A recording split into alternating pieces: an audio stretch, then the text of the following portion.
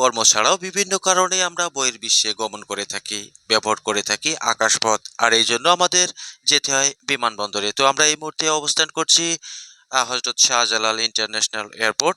তো এয়ারপোর্টে ঢুকেই যথারীতি একটি চেকের ব্যবস্থা আছে এবং সেই সময় চেক করে আপনার লাগেজটি বুকিংয়ে দেওয়া হয়। এরপরে যথারীতি ইমিগ্রেশন পার হয়েই আরেকটি সর্বশেষ চেক রয়েছে, যেখানে আপনার হ্যান্ড ক্যারি থাকে এবং এখানে কিন্তু ইতিপূর্বে না থাকলেও ইদানিং লক্ষ্য করা যাচ্ছে জুতা পর্যন্ত খুলে চেক করা হয়। তো এতে অনেক সময় আমরা বিরক্ত হই। আসলে বিরক্ত হবার কিছুই নেই। কারণ আপনার আমার নিরাপত্তার স্বার্থে এটি করা হয়ে থাকে। কারণ জুতার ভিতরে নিষিদ্ধ কোনো বস্তু থাকলে সেই কারণে আপনি, আমি, আমরা সকলেই বিপদে পড়তে পারি। আর এটি শুধু বাংলাদেশের বিমানবন্দরে নয়, বহির্বিশ্বের অনেক দেশেই কিন্তু এই নিয়ম পালন করা হয়ে থাকে। সেই ক্ষেত্রে একটি কথা আমাদের মনে রাখা উচিত, নিরাপত্তা আগে এবং বিরক্তি পরে। আসুন আমরা সকলে সচেতন হই এবং দায়িত্ববান হই।